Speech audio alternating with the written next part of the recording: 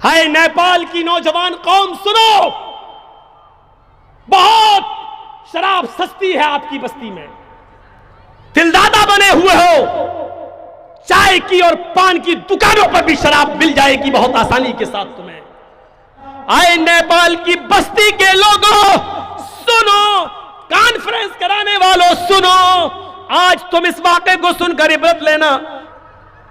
शराब तो इतना पीते थे कि मुस्नद अहमद की रिवायत, शराब के नशे में एक सहाबी ने बजाय अपनी बीवी के अपनी बेटी का हाथ पकड़ लिया और उसको खींचकर कमरे की तरफ ले जाने लगे। बेटी चीखी, बेटी की मां भागती हुई आई, अपने शौहर को धक्का दिया, उसको कमरे में बंद कर दिया और खुद बाहर अपनी बेटी को बचाया, निकाल लिया। जब होश में आए तो बीवी को पीटने लगे। बीवी ने कहा, पीट चुके? हाँ। बंद क्यों किया? कहा, तुमने पी रखी थी, वो तो मैं रोज पीता हूं। ये उस वक्त की बात है जब शराब हराम नहीं हुई थी। नहीं, आज ज्यादा ही पी रखी थी, कभी कम कभी ज्यादा, ये तो होता ही रहता है। आज इतनी पी ली थी आपने कि आप बीवी और बेटी में अंतर नहीं कर सके। लेकिन ये शराब कितनी मनहूस चीज, कितनी खराब चीज, इसका अंदाजा भी हमें और आपको नहीं होगा। इस वाक़े को सुनिए, सहाबी, हम उनके मुकाबले में कोई हैसियत नहीं रखते। ज्यादा पी लिए तो बेटी का हाथ पकड़ लिया, हम उनसे ज्यादा पाक साफ हैं, हम उनसे ज्यादा नेक हैं, पकड़ लिया। जब बीवी ने कहा कि आज बीवी और बेटी में फर्क नहीं कर सके, तब नजर आसमान पर डाली, अल्लाह यही जुमले सुनने के लिए तूने मुझे जिंदगी दी? ये सुनने से पहले मेरी मौत क्यों नहीं आ गई, जमीन क्यों नहीं फट गई, मैं धंस क्यों नहीं गया? और फिर कहते, आय अल्लाह, मैं तुझे गवाह बनाकर कहता हूं, आज के बाद मैं शराब को हाथ नहीं लगाऊंगा। शराब जब हराम नहीं हुई थी तो उसका नुकसान देखकर साहबा छोड़ देने की कसम खा लिया करते थे। एक हम हैं आज, हुर्मत शराब के बावजूद, हमारे नबी के हुक्म के बावजूद आज हम इसको पी रहे हैं, अपने हलक के नीचे हम इसको उतार रहे हैं। अल-इसाबा पढ़िए, अल-इसाबा फी तमीज़ सहाबा, हाफिज अहमद इब्न हजर अल-अस्क़लानी की किताब। मेरे भाइयों, उस्मान हजरत क़ुदामा इब्न मज़ऊन का वाक़या नकल करते हैं। शराब हराम हो गई, उसके बाद शराब छोड़ दी गई। अल्लाह के नबी के ज़माने में शराब को हाथ नहीं लगाया, अबू बकर के ज़माने में भी हाथ नहीं लगाया, हजरत उमर फारूक के ज़माने में क़ुदामा इब्न मज़ऊन काफ़ी बूढ़े हो गए और बीमारियों ने उनको जकड़ लिया, बीसियों बीमारी में का शिकार हो गए। एक रात में उनको बहुत ज़्यादा शदीद दर्द हुआ और क़ुदामा इब्न मज़ऊन दर्द से निढाल हो गए। उनके किसी बेटे ने शराब की बोतल रखी हुई थी, उठा लाए और कहने लगे, अब्बू आपको बहुत शदीद दर्द है, सो नहीं पा रहे हैं, ये थोड़ी सी शराब ले लीजिए और पी लीजिए ताकि आपको थोड़ा सा आराम मिल जाए, नींद आ जाए। कल सुबह हम किसी हकीम को दिखाएंगे, किसी बड़े हकीम के पास चलेंगे। उन्होंने सोचा कि दर्द है और ये मजबूरी है, तो क्यों ना थोड़ी सी शराब पीकर थोड़ा सा आराम कर लिया जाए। अल-इसाबा में हाफिज अहमद इब्न हजर लिखते हैं, 3 या 4 घूंट थोड़ी सी उन्होंने शराब इतनी ले ली कि आराम से नींद आ जाए।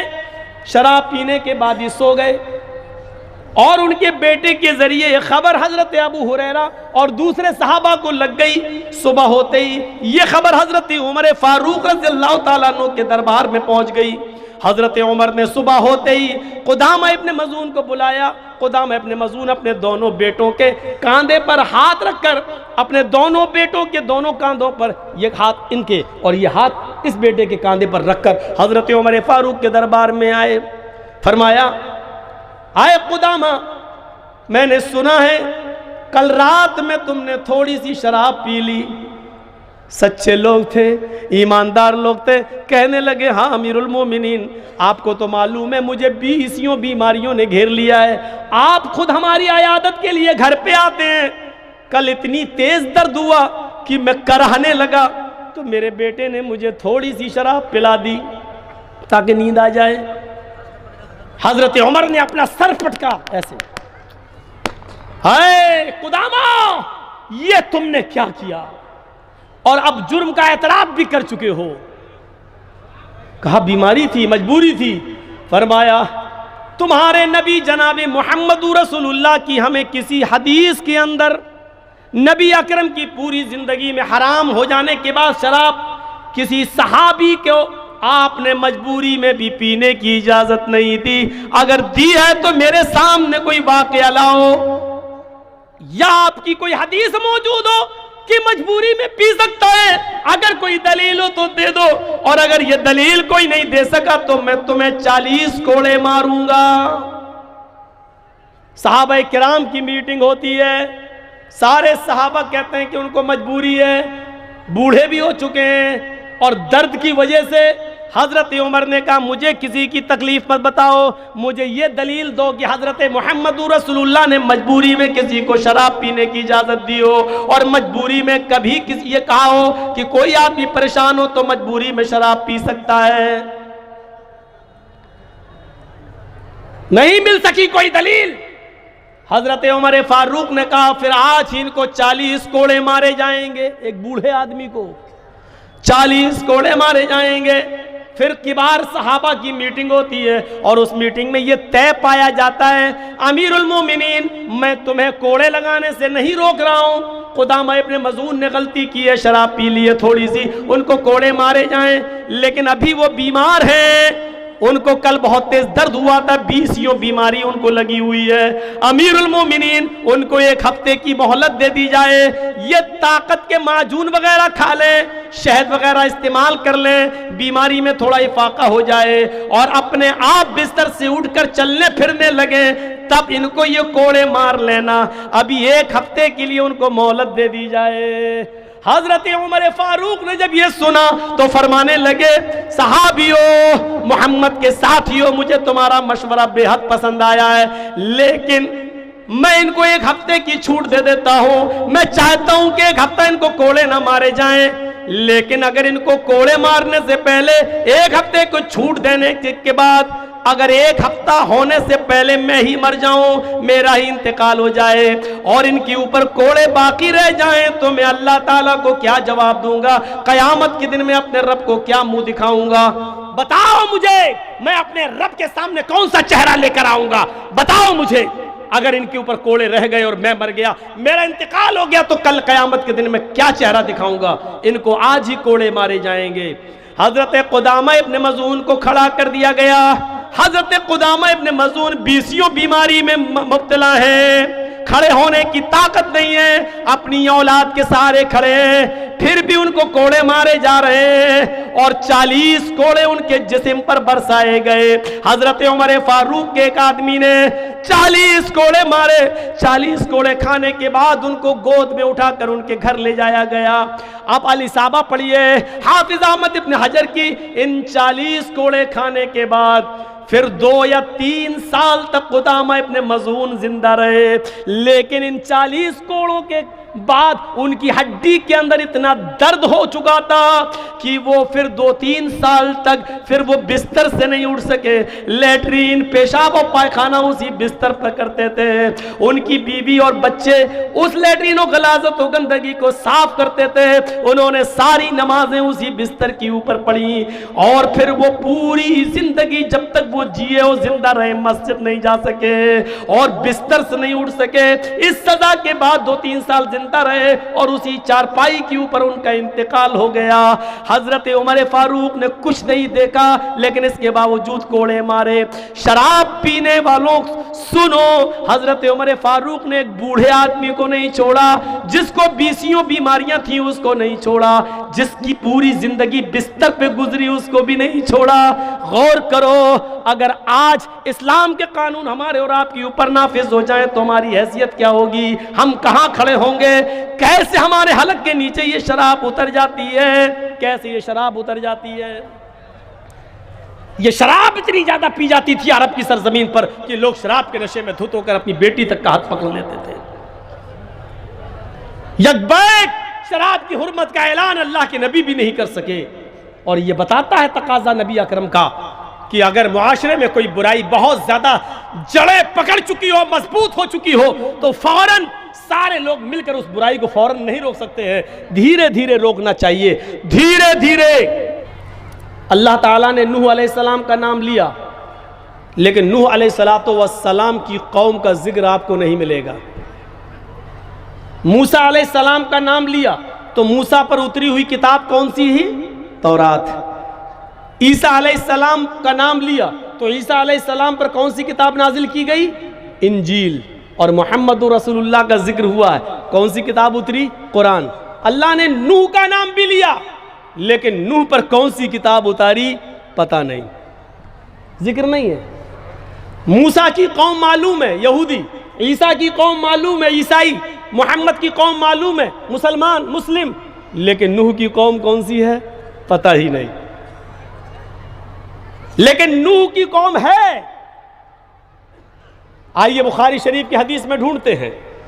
अल्लाह रब्बुल आलमीन, अल्लाह के नबी सल्लल्लाहु अलैहि वसल्लम फरमाते हैं कि क़यामत का दिन होगा, बुखारी की रिवायत, क़यामत का दिन होगा, अल्लाह रब्बुल आलमीन कौम नूह अलैहिस्सलाम से सवाल करेगा, क्या ए नूह, हमने तुम्हें जो दावत देकर, जो पैगाम देकर भेजा था, क्या आपने अपनी कौम के अंदर वो पैगाम दे दिया है? क्या आपने अपनी उस ड्यूटी को पूरी जिम्मेदारी के साथ निभाया? अल्लाह रब्बुल आलमीन के इस हुक्म के बाद नूह अलैहिस्सलाम कहेंगे, आए मेरे परवरदिगार, आए मेरे रब, हाँ तूने मुझे जो जिम्मेदारी देकर भेजा था, मैंने उसको पूरी ईमानदारी के साथ और अमानतदारी के साथ उसको अदा कर दिया है। यकीन नहीं आता तो मेरी कौम से पूछ ले। जब अल्लाह ताला कौम नूह से सवाल करेगा, बुखारी के अल्फाज, अल्लाह ताला कौम नूह से पूछेगा, ए नूह, क्या तुम्हारे पास कोई डराने वाला आया था? क्या तुम्हारे पास कोई पैगंबर नहीं आया था? क्या तुम्हारे पास कोई डराने वाला नहीं आया था? क्या तुम्हारे पास कोई किताब नहीं आई थी? तो कौम नूह जवाब देगी, आय अल्लाह, मेरे पास डराने वाला तो आया था, मेरे पास कोई सचेत करने वाला तो आया था, कोई अल्लाह के अजाब से डराने वाला तो आया था, तौहीद की दावत लेकर तो कोई आया था, लेकिन आय अल्लाह वो कौन था ये मुझे नहीं मालूम, वो कौन था वो मुझे नहीं मालूम। ये बुखारी की हदीस में लिखा, कौम नूह कह देगी, अल्लाह कोई आया तो था, लेकिन कौन था ये हमें नहीं मालूम। अब देखिए, हिंदुओं के बड़े से बड़े पंडितों को आप बिठा लीजिए, ऑक्सफोर्ड यूनिवर्सिटी लंदन में, 4 दोस्त उसमें तालीम हासिल कर रहे हैं, एक यहूदी, एक ईसाई, एक मुसलमान, एक हिंदू, चारों इंडिया के। जो हिंदू है उसका नाम है कृष्णा मेनन। चारों दोस्त खाने की टेबल पर बैठे हुए और खाना खा रहे हैं, अचानक जिक्र छिड़ गया। एक मुसलमान सवाल कर रहा है, ये मेरा ईसाई दोस्त है, इससे पूछो कि तुम किस नबी को मानते हो? ये कहेगा जीसस, ईसा अलैहिस्सलाम को। ये हमारा यहूदी दोस्त है, इससे पूछो कि तुम किसको मानते हो? वो कहेगा मोसेस, मूसा अलैहिस्सलाम को। मैं मुसलमान हूं, अगर मुझसे कोई पूछे तुम किस नबी को मानते हो, तो मैं कहूंगा मोहम्मद रसूलुल्लाह सल्लल्लाहु अलैहि वसल्लम को। ईमान तो मेरा सब नबियों पर है, लेकिन पैरवी किसकी करते हैं, इताअत किसकी? मोहम्मद रसूलुल्लाह सल्लल्लाहु अलैहि वसल्लम की। इनको अपने नबी का नाम मालूम है, इनको अपने नबी का नाम मालूम है, मुझे अपने नबी का नाम मालूम है। आए कृष्णा, तुम भी हमारे दोस्तों, इंडिया से बिलोंग करते हो, जरा ये बताओ कि तुम किस नबी को मानते हो, तुम्हारा नबी कौन है? कृष्णा मेनन खामोश। उस मुसलमान ने सवाल किया, हमारे नबी मोहम्मद रसूलुल्लाह पर कुरान उतरा, इनके नबी मूसा पर तौरात उतरी, इनके नबी ईसा पर इंजील उतरी। अय मेरे दोस्त कृष्णा, तुम्हारे नबी पर कौन सी किताब उतरी? उसने झट से कह दिया, चारों वेद। वेद आसमानी किताब, आकाशीय किताब, उसने कह दिया। अब देखिए, उस मुसलमान ने फिर सवाल घुमा कर दिया, आए कृष्णा, वेद आसमानी किताब मानते हो तुम, तो हमें मालूम है मेरी आसमानी किताब कुरान है, उसको लाने वाले मोहम्मदुर रसूलुल्लाह हैं। ये ईसाई है, ये जानता है कि इंजील आसमानी किताब और इस किताब को लाने वाला नबी ईसा है। और ये यहूदी है, ये भी मानता है कि हमारी आसमानी किताब तौरात है और इस किताब को लाने वाले नबी मूसा हैं। अय कृष्णा मेनन, तुम्हारी आसमानी किताब जो है वेद है, उस आसमानी किताब का लाने वाला नबी, अवतार, ऋषि, मुनि, पैगंबर, मैसेंजर, प्रॉफिट कौन है? कृष्णा मेनन फिर खामोश। कहने लगा किताब तो आसमानी है, आकाशीय है, लेकिन इस किताब का लाने वाला कौन है हमें नहीं मालूम। आज भी हिंदू कौम एक ऐसी कौम है जिसको वेद आसमानी किताब तो मानती है, लेकिन इस किताब का लाने वाला नबी कौन है वो कहती है हमें नहीं मालूम। और क़यामत के दिन नूह अलैहिस्सलातु वस्सलाम की कौम ये कहेगी कि अल्लाह मेरे पास आसमानी किताब तो आई थी, डराने वाला तो आया था, लेकिन कौन था ये हमें नहीं मालूम। बुखारी की इस हदीस से किसी हद तक क्लियर हो रहा है कि हो सकता है हिंदू धर्म का ताल्लुक हज़रत नूह अलैहिस्सलातु वस्सलाम से गहरा हो। मैं अभी भी क्लियर नहीं कह सकता हूं, कोई ये ना कहे कि मौलाना साहब हिंदू धर्म को कौम नूह अलैहिस्सलाम की कौम कह गए, लेकिन बुखारी की हदीस से जब बहुत से लोग मसाइल का इस्तिदलाल करते हैं तो एक ये मेरा भी एक इस्तिदलाल हो सकता है कि नूह अलैहिस्सलाम की कौम क़यामत के दिन ये कहेगी अल्लाह मुझे नहीं मालूम, आया तो था कोई, लेकिन कौन आया था ये मुझे नहीं मालूम। और हिंदू धर्म एक ऐसी कौम है जो ये कहती है कि मेरे पास डराने वाला नबी तो आया था, लेकिन कौन था ये मुझे नहीं मालूम, ये मुझे नहीं मालूम। और फिर सबसे पुराना धर्म, प्राचीन धर्म हिंदू धर्म, और मूर्ति की सबसे पहली पूजा और मूर्ति की सबसे पहली तपस्या और इबादत और मूर्ति पूजा सबसे पहले अगर चली है तो कौम नूह के अंदर। नूह अलैहिस्सलाम के इंतकाल के बाद नूह अलैहिस्सलाम की कौम के 5 बुजुर्ग वद, सुआ, यगूस, यऊक, नस्र, इन 5 बुजुर्गों की मूर्तियां बनाकर सबसे पहले मूर्ति की पूजा की शुरुआत नूह अलैहिस्सलातु वस्सलाम के जमाने से हो रही है, नूह के इंतकाल के बाद नूह की कौम से हो रही है। और आप जानते हैं कि हिंदू धर्म के अंदर मूर्ति पूजा से नीचे कोई शुरुआत ही नहीं होती है, और ये भी बहुत प्राचीन कौम है, पुरानी कौम है, और ये उसी ज़माने से मूर्ति पूजा करती चली आ रही है।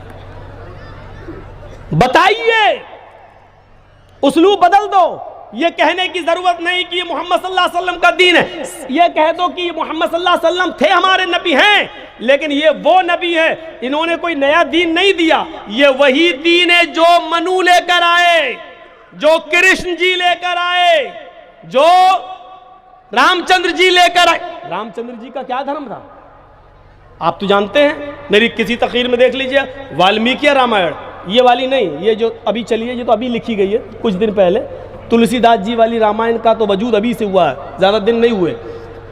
रामचरितमानस का पुरानी रामायण जो 2000 साल पहले लिखी गई थी हिंदू धर्म के आस्था और अकीदे के मुताबिक, 2000 साल पुरानी जो किताब है उनकी वाल्मीकि रामायण, उसमें आज भी लिखा हुआ है कि जब रावण सीता का हरण करके ले गया और हनुमान और लक्ष्मण जब तलाश करके सीता को लेकर आए तो सीता जी अपने पति रामचंद्र जी का आशीर्वाद लेने के लिए उनके पैरों पे गिर पड़ी और उनके पैर छूने लगी कि मुझे आशीर्वाद दो, आपके आशीर्वाद से मैं बच गई। और हनुमान जी ने और लक्ष्मण ने हमको रावण के चंगुल से निकाल लिया और बचा लिया, और रावण हमारी इज्जत पर हाथ नहीं डाल सका, ये लोग हमें बचा कर लाए। तो रामचंद्र जी के जब पैर छुए, अपने पति के जब पैर छूने लगी, तो वाल्मीकि रामायण में लिखा रामचंद्र जी ने उठा लिया अपनी पत्नी को, पैर नहीं छूने दिए, ये कांधा पकड़ा और खड़ा कर दिया और क्या कहा, राम रामाय नमः, राम रामाय सत्यम अस्ति। हाय सीता मैं तेरा राम हूं, राम रामाय, तेरे राम का राम है ऊपर वाला। जब आए आ जाए संस्कृत भाषा में राम रामाए, तो आए जब आ जाए तो उसका मतलब का लिए, के लिए, को लिए, का के की का तर्जुमा हो जाता है। राम रामाए, राम के राम को नमः, नमस्कार करो, प्रणाम करो, सर झुकाओ। राम रामाए नमः, राम रामाय सत्यम अस्ति। हाय सीता तू मेरे पैर क्यों छू रही है, मेरे पैर क्यों पकड़ रही है, मेरे सामने क्यों झुक रही है, मैं तेरा राम हूं और राम का राम है ऊपर वाला। राम रामाय नमः, सीता राम के राम को प्रणाम करो, मैं तेरा राम हूं, अपने राम के सामने मत झुको, उस राम के सामने झुको जो तेरे राम का भी राम है। रामचंद्र जी ने अपनी पत्नी को पैर नहीं छूने दिए, अपने सामने सर नहीं झुकाने दिया, अपने सामने झुकने नहीं दिया।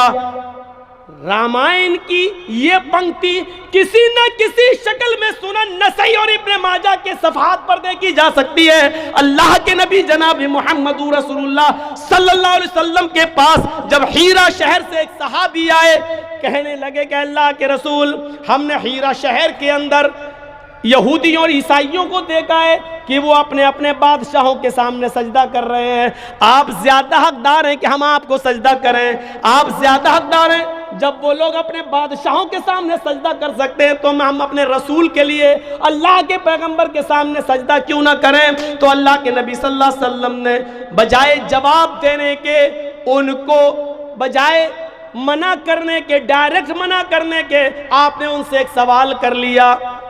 आपने फरमाया, अमरत बिक़ब्री अतस्जुदु लहू, क्या जब तुम मेरी कब्र के पास से गुजरोगे तो क्या तुम उसे सजदा करोगे। पढ़िए इब्ने माजा, अल्लाह के नबी क्या कह रहे हैं, अबू दाऊद क्या कह रहे हैं अल्लाह के नबी। सहाबी कह रहे हैं, अल्लाह के रसूल मुझे इजाजत दीजिए कि मैं आपको सजदा करूं। यहूदी अपने बादशाह को सजदा कर रहे हैं, ईसाई अपने बादशाह को सजदा कर रहे हैं, तो क्या मैं अपने नबी को सजदा ना करूं। तो अल्लाह के नबी सल्लल्लाहु अलैहि वसल्लम ने क्या कहा, क्या तुम मेरी कब्र के पास से गुजरोगे तो क्या सजदा करोगे।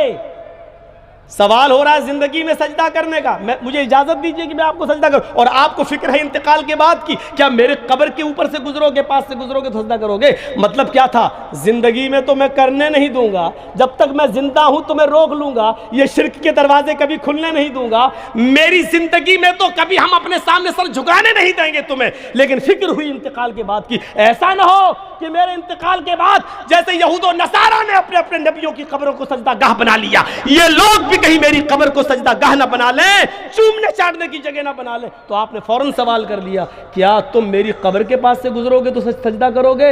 साहबा ने कहा नहीं, ला क़ाल फला तफ़अलू, करना भी नहीं ऐसा।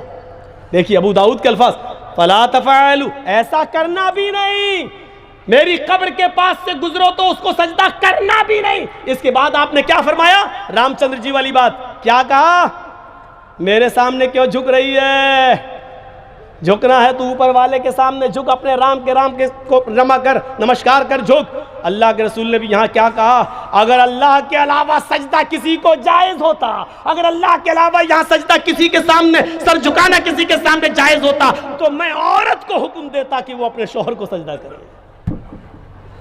इस हदीस ने क्लियर कर दिया, रामचंद्र जी ने भी अपने पत्नी को पैर नहीं छूने दिए। यहाँ अल्लाह के रसूल ने क्या कह दिया, अगर अल्लाह के अलावा किसी को सजदा करना जायज़ होता तो मैं औरत को हुक्म देता कि वो अपने पति को सजदा करे, लेकिन सजदा सिवाय अल्लाह के किसी और के लिए है ही नहीं, इसलिए बीवी को भी जायज़ नहीं है कि वो अपने शौहर के सामने झुके।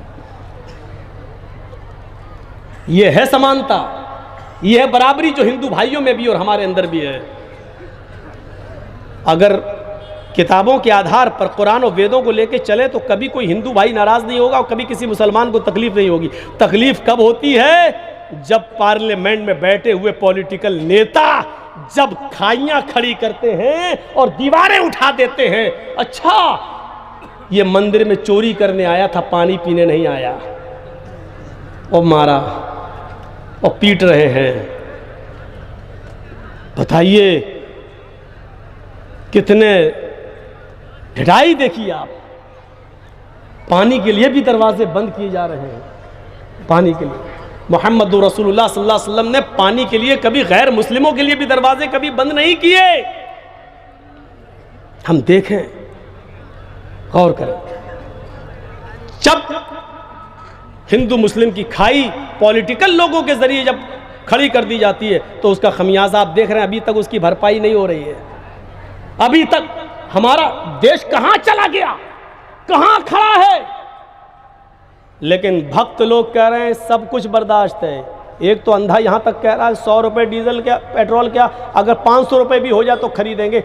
मुसलमानों के कान तो मरोड़ दिया है, उनकी टोटी तो टाइट कर दी है। तासुब का, घृणा का ये हाल है मेरे भाइयों। वो कह रहा है 500 रुपये लीटर भी पेट्रोल हो जाए तब भी हम वोट यही देंगे। क्यों? क्योंकि टोटी तो टाइट कर दी है मुसलमानों की। ये नफरत का हाल पैदा, नफरत इस हद तक पैदा कर दी गई है। देश हमारा कहाँ जा रहा है उसकी तरफ नहीं, मुल्क हमारा कहाँ जा रहा है उसकी तरफ नहीं। तो ये खाई कैसे खत्म होगी? ये किताबों के आधार पे होगी, ये कुरान और वेदों की रोशनी में होगी। ये हिंदू और इस हिंदू धर्म और इस्लाम धर्म दोनों को रखा जाए और बताया जाए कि देखो ये तुम्हारे यहाँ, ये हमारे यहाँ है। कहाँ है अत्याचार और जुल्म? कहाँ है कि हम तुम्हें मारे और तुम हमें मारो? आप कुरान खोलिए, पहली आयत आपको क्या मिलेगी? बिस्मिल्लाहिर्रहमानिर्रहीम। आप ऋग्वेद खोलिए, पहला मंत्र आपको क्या मिलेगा ऋग्वेद में? अग्नि मिले। अग्नि मानी अग्नि, अग्रणी, अग्नि सबसे पहले। शुरू करो उसके नाम से जो सबसे पहले था, प्रारंभ करो उसके नाम से जो सबसे पहले था। सबसे पहले कौन था? अल्लाह। अग्नि, अग्रणी, जो सबसे पहले था। हमारे यहां पहली आयत क्या है? बिस्मिल्लाहिर्रहमानिर्रहीम। शुरू करता हूं उस अल्लाह के नाम से जो बड़ा ही मेहरबान, इंतहाई रहम करने वाला है। लीजिए, कुरान पढ़िए। दूसरी आयत क्या है? अल्हम्दुलिल्लाहि रब्बिल आलमीन। तमाम तारीफें उस अल्लाह के लिए जो दोनों जहान का पालनहार है, परवरिश करने वाला रब है। ऋग्वेद का दूसरा मंत्र क्या है? महीदेवस्य सवितु परिष्टुति। महीदेवस्य सवितु परिष्टुति। मही मानी महान है, देवस्य हमारा देवता, सवितु जिसके लिए सारी की सारी परिष्टुति प्रशंसाएं हैं। अब इसका तर्जमा ये होगा, महीदेवस्य सवितु परिष्टुति। महान है हमारा वो देवता जिसके लिए सारी की सारी तारीफें, सारी की सारी प्रशंसाएं हैं। इन मंत्रों को देखकर ही तो कभी मैंने कहा था, कौन कहता है हम तुम में जुदाई होगी? कौन कहता है हम तुम में जुदाई होगी? ये हवाई तो किसी दुश्मन ने उड़ाई होगी। हिंदू और मुसलमानों को किताबें कभी अलग नहीं करती हैं, कुरान और वेद कभी अलग नहीं करते हैं। ये पार्लियामेंट में बैठे हुए पॉलिटिकल नेता हमें और आपको एक दूसरे के करीब नहीं आने देते हैं, क्योंकि शॉर्टकट में कह दूं, पापी पेट का सवाल है। ये पेट की आग कैसे बुझेगी? इन्हीं के नाम पर तो रोजी रोटी कमाई जा रही है। आप पढ़िए कुरान की तीसरी आयत, अर्रहमानिर्रहीम, जो बड़ा मेहरबान है, इंतहाई रहम करने वाला है। ऋग्वेद का तीसरा मंत्र अगर आप पढ़ेंगे तो लिखा है बसुरदयामान, जो बड़ा दयालु है, बड़ा कृपालु है। उसकी कृपा और दया की कोई सीमा नहीं है। बसुरदयामान, जिसकी दया की कोई सीमा नहीं है, बड़ा दयालु है, जिसकी असीमित दया है, जो बेशुमार रहमतों का मालिक है। उसकी रहमत की, उसकी कृपा की, उसके रहमो करम की कोई हद नहीं है। अर्रहमानिर्रहीम, जो बड़ा ही रहम करने वाला, इंतहाई मेहरबान है। कहां चला गया ये मामला? क्या कर रहे हो भाई? बीच में मत उठो। चाचा कहां जा रहे हो? हम सब चाची के पास जा रहे हो। अब तो चाची सो गई होंगी, क्या करोगे वहां जाके? बैठ जाओ ना भाई, इतनी रात में 2:20 पर हम सोचे घर जा रहे हैं, चाची बेचारी वो भी सो गई होंगी। बसुर दयामान, जो बड़ा दयालु और कृपालु है, जिसकी दया की कोई सीमा नहीं है। देखिए कितना भाईचारा है, भाईचारा। अरे जा भी रहे तो मोहब्बत है, होना चाहिए। जलसा सुनना कोई फर्ज थोड़ी है। घर पे अगर जा रहे हैं तो अच्छी बात है। अगर आदमी पूरी रात जलसा न सुने और फजर की नमाज जमात के साथ पढ़ ले तो मैं समझता हूँ कि रात भर के जलसे से बेहतर है। पूरी रात 2, 2:30, 3 बजे तक जलसा सुने और घर जाके सो जा कर और फजर की नमाज ना पढ़े तो समझ लो कि आपका पूरा पैसा बेकार, चौपट। एक भी नेकी हमारे नाम अमाल में, उल्टे गुनाहगार और होंगे। तो अगर कोई जा रहा तो अच्छी बात है, लेकिन फजर में उठने की नीयत हो। अरे भैया बैठ जाओ, थोड़ा सा हमें भी डिस्टर्ब होता भाई। तो कितना प्यार है, कितनी मोहब्बत है। धर्म कभी बिगाड़ नहीं सिखलाते। और सुन लीजिए, बहुत साफ कह दूं, जिस धर्म के अंदर बिगाड़ हो और एक दूसरे को एक दूसरे से तोड़ना सिखाया जाता, वो धर्म ही नहीं है, वो धर्म ही नहीं है। एक दूसरे के खिलाफ उकसाया जाता हो, वो धर्म ही नहीं है। कुरान करीम इंसानियत की और मानवता की सबसे बड़ी मिसाल पेश करता है। क्या कहता है? मन कतला नफ्सन, जिसने किसी नफ्स को, किसी मनुष्य को, किसी इंसान को कत्ल कर दिया, बिगैर नफ्सिन, बिगैर किसी बदले के या आमदन, बगैर किसी जुर्म के और बिना किसी गलती के, अगर किसी ने किसी इंसान को, किसी एक मनुष्य को मार दिया, सिर्फ हिंदू मुसलमान की कैद नहीं, मीडिया वालों लिखो, जी हिंदुस्तान की एंकर कभी कभी इसको भी दिखा दिया करो, ये इस्लाम की शिक्षा है, लेकिन तुम नहीं दिखाओगी क्योंकि मोदी ने जो चश्मा तुम्हारी आंख में लगा दिया है उसने तुम्हें अंधा कर दिया है, तुम्हें दिखाई नहीं दे रहा है। फेक कियो कहां छुपा है मौलवी जर्जीस, किस बिल में छुपा है? मोदी का लगाया हुआ चश्मे से अगर तू अंधी हो गई है तो इसमें मेरा क्या कसूर? मौलवी जर्जीस साहब तो बिहार और बंगाल की गलियों में घूम रहे हैं, वो तो दावत तो तबलीग का फरीजा अंजाम दे रहे हैं, लेकिन उसके लगाए हुए चश्मे ने तुझे अंधा कर दिया है। तो अपनी आंखों का ऑपरेशन करा ले, मोतियाबिंद का ऑपरेशन कराओ। मौलवी जर्जीस के बारे में सवाल क्यों उठा रहे हो कि कौन से बिल में छिपा है, कहां भागा है?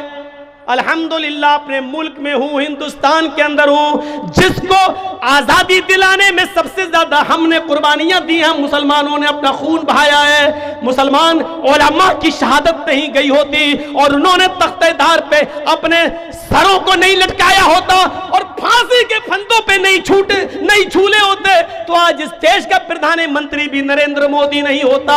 नरेंद्र मोदी को भी एहसान मानना चाहिए इन मुसलमानों का, जिनकी कुर्बानियों ने इस देश को आजादी दिलाई, और जिस आजादी मिलने के बाद आप इस देश के प्रधानमंत्री बने हो, ये मुसलमानों का एहसान है। आरएसएस का एहसान नहीं है तुम्हारे ऊपर, विश्व हिंदू परिषद का एहसान नहीं है तुम्हारे ऊपर, यह एहसान है मुसलमानों का। प्रधानमंत्री तुम बने हो, यह मरहून मिन्नत है मुसलमानों की, इस एहसान को तुम मानो। ऐसे नहीं मान सकते हो तो अपने दिल से ये कबूल कर लो। सरेआम कहने में बड़ी बेइज्जती हो जाएगी और आरएसएस वाले कल तुम्हें निकाल देंगे, इसलिए दिल से एक्सेप्ट कर लो कि हाँ, मौलाना जर्जीस ने जो कहा है वो बिल्कुल सही कहा है। अगर इस देश को मुसलमानों ने अपना खून बहाकर कुर्बानी देकर आज़ाद नहीं कराया होता तो आज हम इस देश के प्रधानमंत्री नहीं होते, बल्कि अंग्रेज ही इस भारत के अंदर होते और वही इस देश को चला रहे होते। ये हालत है हमारी। चलिए, आदत है मेरी थोड़ी सी जज्बात में बहकने की, जब तक इतना बोलूँ नहीं मेरा खाना भी हजम नहीं होता है, तो एक आदत हो गई थोड़ी सी। हालांकि सब लोग समझाते हैं कि मत बोलो, अच्छी बात भी है, समझाना भी चाहिए, लेकिन बोलते वक्त होश ही नहीं रहता तो क्या करूँ। तो चलिए, ये तो हो गई थोड़ी सी ये मिसालें। आइए थोड़ा सा मुआशरे की इस्लाह देख लें। हिंदू धर्म के अंदर 18 पुराणों का वर्णन है, उनमें 3 पुराण बड़े मशहूर हैं, भागवत पुराण, कल्की पुराण, भविष्य पुराण। और भी हैं, अभी मैंने बताया था गरुड़ पुराण, मत्स्य पुराण, शिव पुराण, बहुत से पुराण। 18 पुराणों में 3 पुराण बड़े मशहूर हैं, भागवत पुराण, कल्की पुराण और भविष्य पुराण। और नबियों के, पैगंबरों के आने की बशारत और भविष्यवाणियां इन्हीं तीनों किताबों में मौजूद हैं। इन तीनों किताबों के अनुसार दुनिया में लगभग 64,000 पैगंबरों के आने का सबूत मिलता है। कितना? 64,000 ऋषि मुनि। हम लोगों में भी कोई ज़ईफ़ हदीस के मुताबिक लोग बयान करते हैं कि 1,24,000 कमोबेश अंबियाए किराम आए हैं। हालांकि ये कोई तहकीक शुदा बात नहीं है, लेकिन कमोबेश लगा दिया। यहाँ 64,000, यहाँ 1,24,000। इतना तो क्लियर है कि नबी इधर भी बहुत आए और इधर भी बहुत से नबियों का जिक्र है। लेकिन आप ताज्जुब करेंगे, जितने नबियों का नाम कुरान में आया है, 25 नबियों का टोटल, 25 नबियों का नाम कुरान में लिया गया है। हिंदू धर्म की किताबों में भी 25 नबियों का नाम लिया गया है। और हमारे यहां मुहम्मदुर रसूलुल्लाह को आखिरी नबी कहा गया। भागवत पुराण और कल्की पुराण और भविष्य पुराण के अंदर इन तीनों किताबों में 24 ऋषि महान बताए गए और 25वें ऋषि को महान बताया गया है, जो सबके अंत में, सबके लास्ट में आएंगे, जिनका नाम कल्की होगा, नराशंस होगा, उन्मा होगा, बहुत से नाम उनके बताए गए हैं। ये नाम होगा उनका और उनकी एक पहचान जो बताई गई है वो मैं आपके सामने रखकर बात को आगे बढ़ा रहा हूं।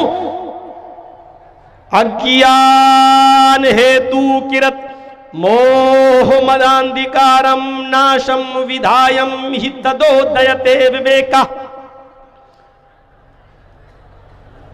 तथस्तु शंभल गिरा में सो तो स्वाजीव जाता मंगलाचार्य बहुला पापिता विभजिज्जता। श्रीमद् भागवत पुराण स्कंद 12 अध्याय 2 मंत्र नंबर 66।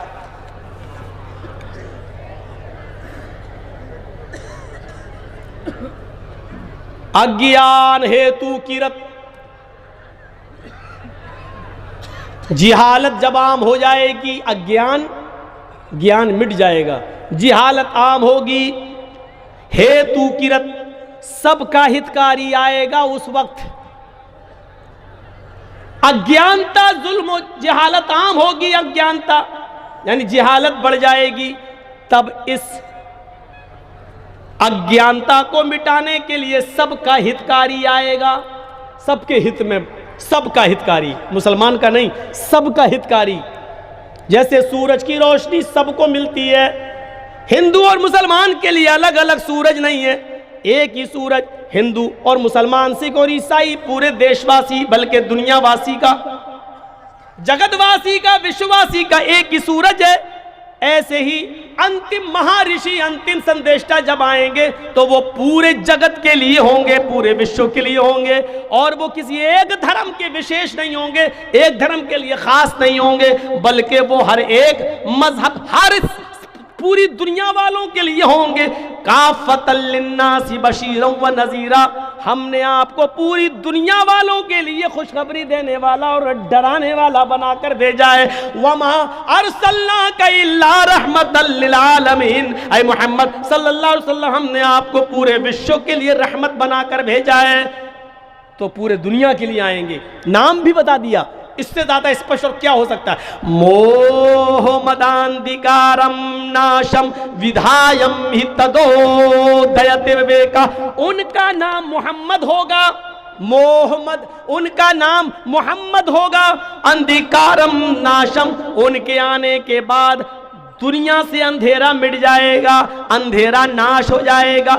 मोह मदांधिकारम नाशम, वो अंधेरे को नाश कर देंगे, वो अंधेरे को मिटा देंगे। तथस्तु शंभल गिराम में सोत स्वाजीव जाता है, वो शंभल गिराम में, शंभल मानी शांत और गिराम मानी गांव, वो शांति वाले गांव में आएंगे, यानी अल बलदिल अमीन, अमन वाला शहर, यानी मक्के के अंदर वो आएंगे, वो मक्के में आएंगे। शंभल गिराम मीज मक्का, वो मक्के में आएंगे, शंभल गिराम में आएंगे। इत्कलो गत पर आए, 4 युग में 3 युग गुजर जाएंगे, वो कल युग में आएंगे। इत्कलो गत पर आए, सतयुग गुजर जाएगा, त्रेता युग गुजर जाएगा, द्वापर युग गुजर जाएगा।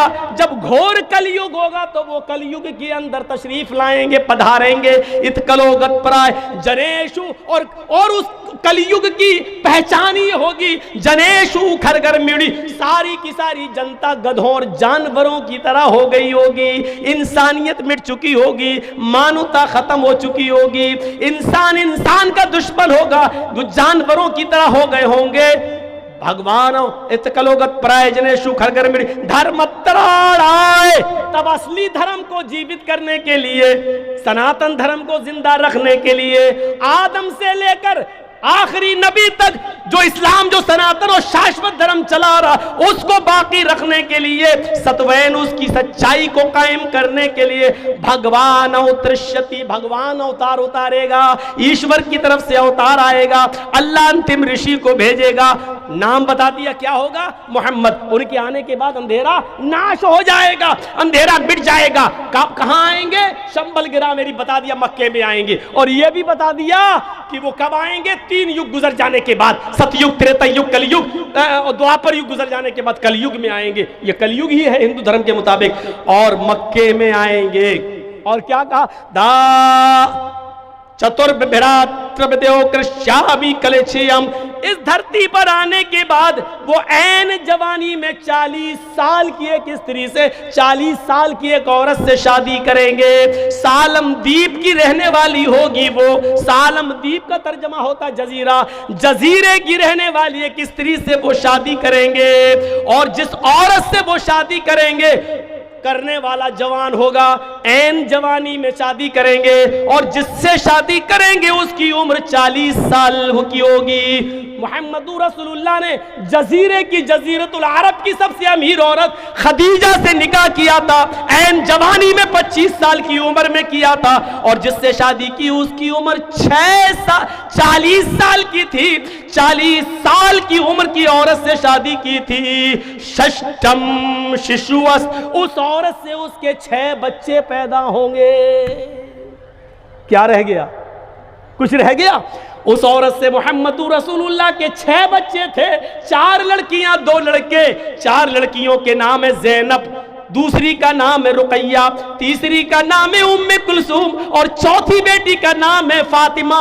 और 2 बेटे उनसे पैदा हुए, एक बेटे का नाम है कासिम और दूसरे बेटे का नाम है मेरे भाइयों तैयब और ताहिर, जिनका लक़ब है। मेरे भाइयों जरा गौर करो, अब्दुल्ला, ये 2 बेटे तैयब और ताहिर जिनका लक़ब था, एक कासिम एक अब्दुल्ला, ये 2 बेटे पैदा हुए, 4 बेटियां। और हिंदू धर्म की किताब कल की पुराण, भागवत पुराण, ये कह रही है कि वो 40 साल की स्त्री से, औरत से शादी करेंगे और उस औरत से उसके 6 बच्चे पैदा होंगे। उस औरत को जोड़ने के बाद उस परवाहिड़ो बधु बंतो द्युदशा, उस नबी की, उस कलकी की, उस स्त्री को जोड़ने के बाद टोटल 12 बीवियां होंगी, 12 पत्नियां होंगी। लीजिए, 12 बीवियों वाला अगर पूरी इंसानी तारीख में तुम अपने 64,000 ऋषि मुनि जोड़ लो और हम अपने अकीदे के मुताबिक, जो चाहे ज़ईफ और मौजू हदीस ही क्यों ना हो, लाख, 1 लाख, 1.25 लाख अंबिया किराम की तारीख में हम देखते हैं तो हमें 12 बीवी वाला कोई नहीं मिलता है। हम जब सुलेमान की तारीख पढ़ते हैं तो उनकी 99 बीवियों का जिक्र मिलता है।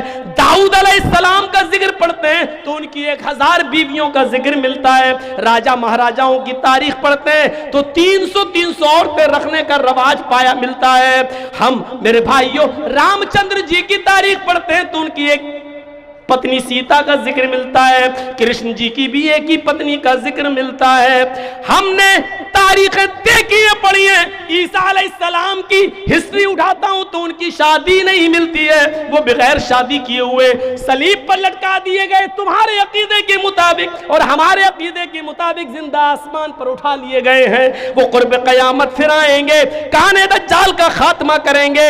हम उस तरफ नहीं जाना चाहते हैं, हटना नहीं चाहते हम वेदों के मंत्र से। मेरे भाइयों आओ, इतना कुछ करने के बाद का वो ऊंट की सवारी करेगा, यानी उस बस्ती में आएगा जहां ऊंट की सवारी होगी। अल्लाह के नबी ऊंट की सवारी किया करते थे, ऊंटनी का दूध भी पिया करते थे। और ऊंटनी जजीरतुल अरब रेगिस्तानी इलाके ही में पाई जाती है। इसका मतलब यह कि आखिरी नबी रेगिस्तानी इलाके में आएगा, जजीरतुल अरब में आएगा और उसकी 12 बीवियां होंगी। 12 बीवियों वाले सिर्फ मुहम्मदुर रसूलुल्लाह नजर आते।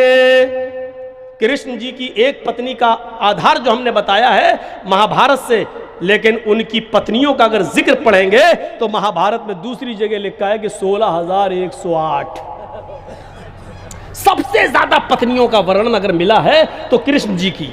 बहुत से लोगों ने इस पे गाना भी बनाया, चारों तरफ गोपियां बीच में कन्हैया, तो वो एक अलग चीज है। बीवियां ज्यादा होना ये गलत नहीं है, पत्नियां ज्यादा रखना गलत नहीं है, लेकिन सवाल यह है कि 12 बीवी वाला आखिरी नबी होगा, जो आखिर में आएगा उसकी 12 बीवी होगी। और हम आखिरी नबी को ढूंढ रहे हैं हिंदू भाई हमारे, तो आखिरी नबी की 12 बीवी, और 12 बीवी किसकी थी? मुहम्मदुर रसूलुल्लाह सल्लल्लाहु अलैहि वसल्लम की। उसके बाद कहा गया अंधेरे को नाश कर देगा। आप देखिए कितना अंधेरा था अरब की सरजमीन पर, कितना अंधेरा था अरब की धरती पर, कितना अंधेरा था अरब की सरजमीन पर। आप इसका अंदाजा नहीं लगा सकते हैं। जुआ, अब आइए थोड़ा सा पढ़िए ज़ादुल मआद अल्लामा इब्न क़य्यिम की। जुआ इतना खेला जाता था कि लोग जुए में रकम हार जाते थे कैश, तो अपना मकान लगा देते थे। मकान जुए में हार जाते थे तो अपनी बीवी जुए में लगा देते थे, और बीवी भी जुए में हार जाते थे तो अपनी जवान बेटी भी जुए में हार जाते लगा देते थे। ये अरब का हाल था। पढ़िए इब्न क़य्यिम की किताब ज़ादुल मआद। इससे ज्यादा अंधेरा क्या होगा? बेटा अपने बाप के मरने के बाद अपने घर से चादर उठाता था और अपनी मां के ऊपर डालकर उसको बाहर निकालकर कहता था, लोगों मेरा बाप मर गया, मैंने अपनी चादर अपनी मां के ऊपर डाल दी, आज के बाद ये मेरी मां नहीं है, मैंने इसको अपनी पत्नी अपनी बीवी बना लिया। और इन्हीं बुराइयों में एक बुराई है हमारे मुआशरे की, जहेज।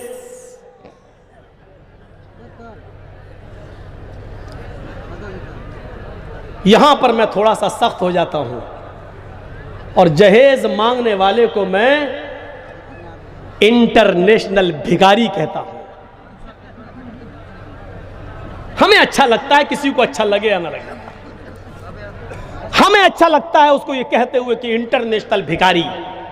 वजह, हमारे दरवाजे पर कोई भीख मांगता है, लंगड़ा है, लूला है, पाए जंदा, अल्लाह के नाम पर दे दो, अच्छा लगता 10 रुपए 20 रुपए 50 रुपए देने में, हाथ पैर नहीं है बेचारा, अंधा नाबीना, कमाने के लायक नहीं, दे दो बेचारे, अल्लाह के नाम पे मांग रहा, सवाब मिलेगा। लेकिन ये अपने बेटे के नाम पे मांगता है। बाप, मेरा बेटा 10 लाख की दुकान पे बैठता है, तो 50,000 की बाइक नहीं दे सकता है? अरे मेरा बेटा तेरी बेटी के लिए ही तो कमाएगा, एक मोटरसाइकिल दे दे, दुकान पे आना जाना आसान हो जाएगा। भीख मांगने का स्टाइल बदल गया, तरीका बदल गया। तो क्या आप ये कहो, अरे शराब का नाम दवा रख दो तो क्या शराब की हैसियत खत्म हो जाएगी? भीख मांगने की स्टाइल बदल दो तो क्या आप भिखारी नहीं कहलाओगे? इंटरनेशनल भिखारी। ये चाचा भी जा रहे हैं, ये तो बेचारे किसी जिहाद के लायक नहीं, फिर भी जा रहे हैं। जाने दीजिए, शुगर वाले होंगे बेचारे, पेशाब पेशाब करने जा रहे हैं। सामने से गुजरते तो थोड़ी तकलीफ होती, बस पीछे से खूब जाओ, भागो, उठो बैठो में मतलब नहीं, सामने से ना गुजर कर। इंटरनेशनल भिखारी। और कभी कभी उस हदीस पर भी गौर करिए, कब कहा था अल्लाह के रसूल ने? 1400 साल पहले। एक तो खा चुका हूं मैं, लेकिन छोटा सा था, बड़ा ना चला जाए मुंह में। 1400 साल पहले, अल मुस्लिमु मन सलिमल मुस्लिमूना मिन लिसानिही व यदिही। मुसलमान उसको कहते हैं जिसकी जबान से और जिसके हाथ से दूसरे मुसलमान को तकलीफ ना पहुंचे।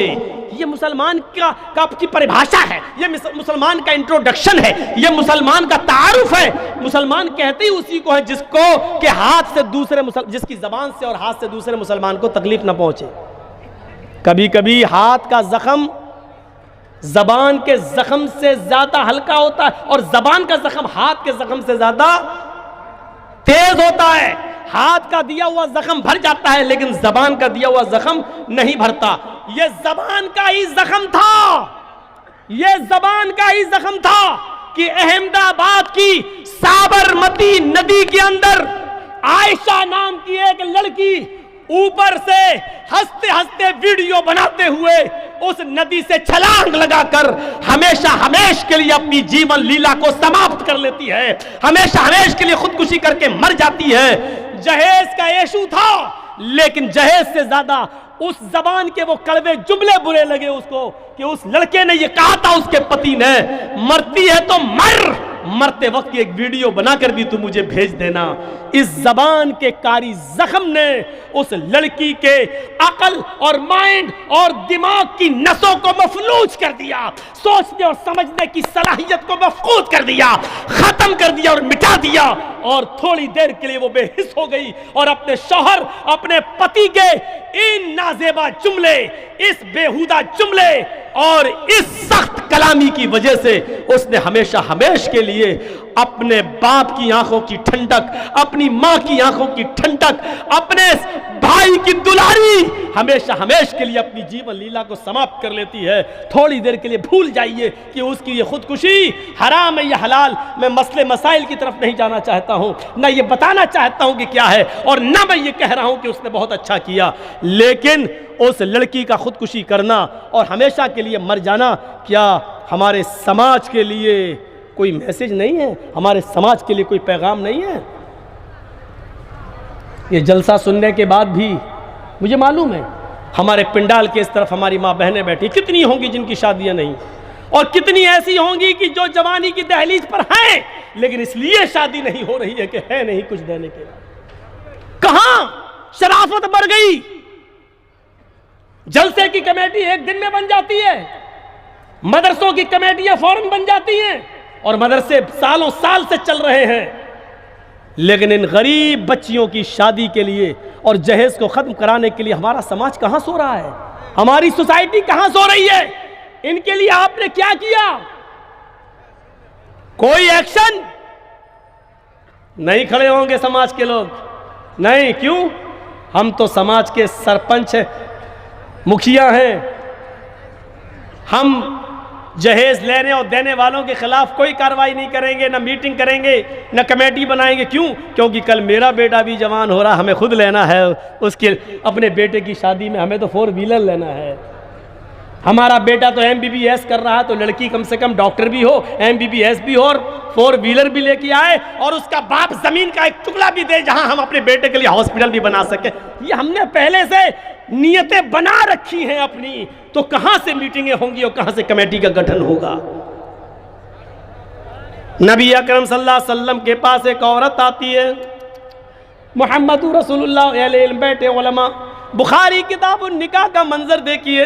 अल्लाह के नबी के पास एक औरत आती है और आकर अर्ज करती है, आए अल्लाह के नबी, मैं अपने आप को आपके लिए हिबा कर रही हूँ, मैं आपसे निकाह करना चाहती हूँ, आप मेरे साथ शादी कर लीजिए। अल्लाह के नबी की नजर उठती है, फिर निगाह नीची हो जाती है। वो औरत थोड़ी देर बैठी रही कि अल्लाह के रसूल मुझे हाँ या ना में जवाब दे। एक सहाबी बैठे हुए थे, कहने लगे अल्लाह के रसूल उस औरत की फरमाइश सुनिए। आपने कहा मैंने सुन ली। फरमाया वो आपसे शादी करना चाहती है। अल्लाह के नबी कहते अब मुझे जरूरत नहीं है, अब मैं शादी नहीं कर सकता, अब मैं शादी नहीं करूंगा, मेरी शादी का कोई इरादा नहीं है। संजीदगी का माहौल था, किसी को गलत नजर से देखने का तसव्वुर भी नहीं था। साफ वहीं बैठी हुई थी, एक नजर वो साहबी भी उस औरत को देख चुके थे, इसलिए अर्ज करने लगे अल्लाह के नबी, वो कहने तो आपसे आई है, शादी करना तो आपसे चाहती है, लेकिन अगर आपका इरादा नहीं है तो फिर मुझे भी एक बीवी की जरूरत है, मुझे भी शादी करना और अपना घर बसाना है। अल्लाह के नबी, ये गरीब घर की लड़की है, मैं भी गरीब घर का आदमी हूं। अल्लाह के रसूल, अगर आप नहीं कर रहे हैं तो मेरे साथ कर दीजिए। नबी अकरम ने कहा उस औरत से, मैं तो नहीं करूंगा, ये करना चाहते हैं देख लो। उसने कहा अल्लाह के रसूल, अगर आपका इरादा नहीं है तो फिर इससे कर दीजिए। आपने उस आदमी को, सहाबी को बुलाया, इधर आओ जी, निकाह के लिए तैयार हो जी? वो भी तैयार है। मेहर देने को क्या है?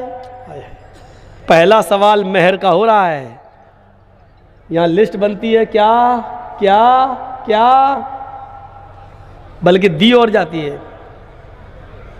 इस बड़े तहजीब के अंदाज में 2-4 आइटम कम कर लेना, लेकिन हमारे मेहमान आएंगे 300-400 मेहमान, जिनको कहना चाहिए चोर, जिनको बोलना चाहिए डाकू, उनको क्या कहा जा रहा? मेहमान। तहजीब के जुमले देखो, मुहज़्ज़ब जुमले।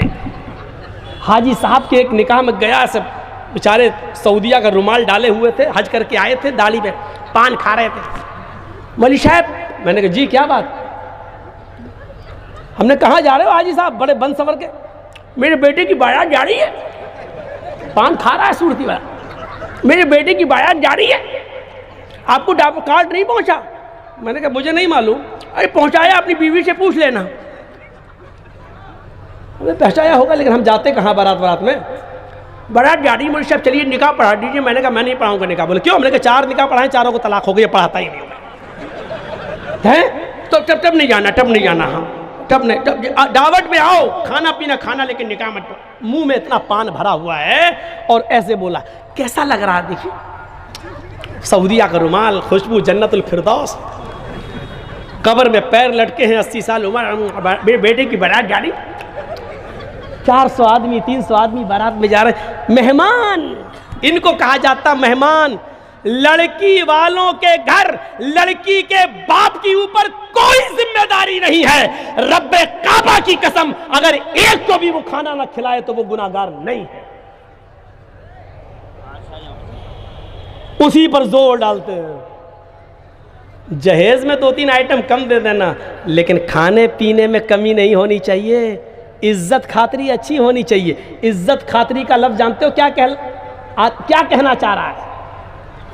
मतलब बड़ा नहीं चलेगा। चिकन हो तो देसी और मटन। इज्जत का मतलब ये है अच्छी इज्जत कर देना, यानी मतलब बड़ा नहीं। अगर बड़ा चला दिया, इज्जत में कोई कमी हुई तो तेरी बेटी की इज्जत में जिंदगी भर कमी रहेगी मेरे घर। ये एक पैगाम होता है जो मुंह से नहीं कहा जाता है, लेकिन बारात वाले दिन डिसाइड होता है कि इसने मेरे मेहमानों की, बारातियों की इज्जत कैसे की है। और अगर थोड़ी भी कमी हो गई तो जिंदगी भर उस बहू को ताने मारे जाते हैं कि तेरे बाप ने क्या किया, हमारे मेहमानों की बेइज्जती कर दी। इससे तो बेहतर है पिस्टल लेके रे मुर्गा खिला, बकरा खिला, आए तेरे घर पर नहीं तो शादी। यही तो बाकी रह गया, और रह क्या गया है। आपको कुछ लोगों को बुरा भी लगेगा, मौलाना साहब जज्बात में बह रहे हैं। अभी जो 1-2 वाक़यात हम आपको सुनाएंगे तो आप कहेंगे कि जर्जी साहब हक बजाने में, ये जुमले बोलने में, ये जुमले बोलने में मैं हक बजानिब हूं। और अगर आपकी समझ में नहीं आ रहा है तो इन जुमलों को छोड़ दीजिएगा। कोई बड़ी बात नहीं कि आप मेरी हर बात से मुत्तफिक हो जाएं। महात्मा गांधी जब इंग्लैंड गए तो वहां उनको गालियां लिख के दी गई, गालियां, और एक पर्चे में गालियां लिख के पर्चा लिफाफे में लगा दिया गया, और आलपिन होता ना, आलपिन, उससे लिफाफा में पिन लगा दिया गया। महात्मा गांधी को पर्चा दे दिया गया। महात्मा गांधी समझ गए कि लिफाफे में इन अंग्रेज़ों ने हमें गालियां ही दी होंगी, तो उन्होंने क्या किया, आलपिन निकाल लिया, वो अपनी जेब में रख दिया और पर्चा फाड़ के फेंक दिया। लोगों ने कहा ये क्या किया? उन्होंने कहा जो चीज़ मेरे काम की थी वो मैंने ले ली, जो चीज़ मेरे काम की नहीं थी वो फेंक दी। तो मेरी तकरीर में जो चीज़ तुम्हारे काम की मिल जाए वो ले लेना, जो तुम्हारे काम की नहीं हो वो तो फिकनी है ही। वो तो मुझे मालूम है कि मेरे 1.5-2 घंटे बोलने का असर क्या निकलेगा, ये सुबह पता चल जाएगा। मुझे मालूम है कि कितना जहेज बंद होगा, कितनी शराब रुकेगी, ये मुझे मालूम है। खत का मजमू भाप लेता हूँ लिफाफा देखकर, मुझे मालूम है कि कितना असर होगा और कितनी कमेटी बनेगी कि नहीं बनेगी। सुबह हो के ये होगा, मौलवी लोगों को नंबर मिलेंगे। ये पहला स्कूल ऐसा है जहां जाहिल लोग मौलवियों को नंबर देते हैं। पहले नंबर पे फलां की तकरीर, दूसरे नंबर पे फलां मौलवी, तीसरे नंबर पे फलां, चौथे नंबर पे फलां, सबसे अच्छा वो और सबसे बेकार फलां। ये पहला स्कूल ऐसा है जहां उलमा को नंबर, हाय जहां उलमा को नंबर जाहिल अवाम देती है। कुरान और हदीस से नाशना कौम ये मौलवियों को नंबर देती है। ये पहला स्कूल है जहां मौलवियों का इम्तहान अवाम लेती है। हम मुर्दों से मुखातब हैं, ऐसी कौम से खिताब कर रहे हैं जो आईसीयू पर लेटी हुई है। ये मुर्दा कौम है जिसको डॉक्टर कभी भी कह सकता रूह निकल चुकी है, मरी कौम।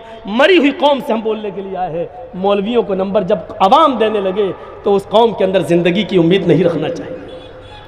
हम कब्रिस्तान के मुर्दों से बोल रहे हैं। ये सब इल्म के सितारे हैं, इल्म के सूरज है। अगर किसी ने कुल हुवल्लाहु अहद पढ़ के भी तर्जमा कर दिया तो अल्लाह की कसम उसने दावत और तबलीग का एक फरीज़ा अंजाम दिया है। और सुन लें आप, अमल का दारो मदार नियतों पर होता है। अभी मैं जब आ रहा था अपनी गाड़ी से, यहां आने के बाद जो जिस तरीके से मुझे घेरे में लिया गया और जितनी तेज़ी के साथ जब लोग इस पिंडाल में बैठे, तो मुझे ऐसा महसूस हो रहा था कि हमसे पहले जितने मौलाना बोल रहे थे, मौलाना तौहीद साहब, जमील अख्तर शफीक साहब और दूसरे, ऐसा लग रहा था जैसे ये लोग लैला मजनू की कहानी सुना रहे थे, कुरान और हदीस तो मौलाना जर्जी साहब सुनाने आए हैं, ऐसा लगा।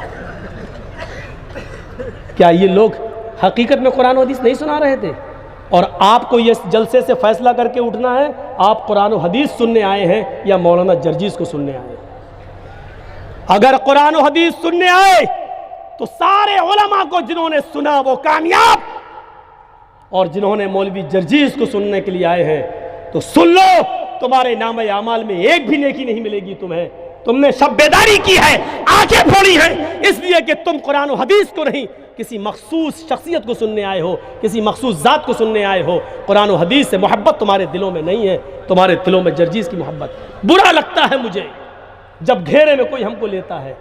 मैं पीर नहीं हूँ, मुझे पीर मत बनाओ। मुझे वही मोहब्बत पसंद है जो सबके बीच में हो, आम लोगों की तरह रहना चाहता हूँ।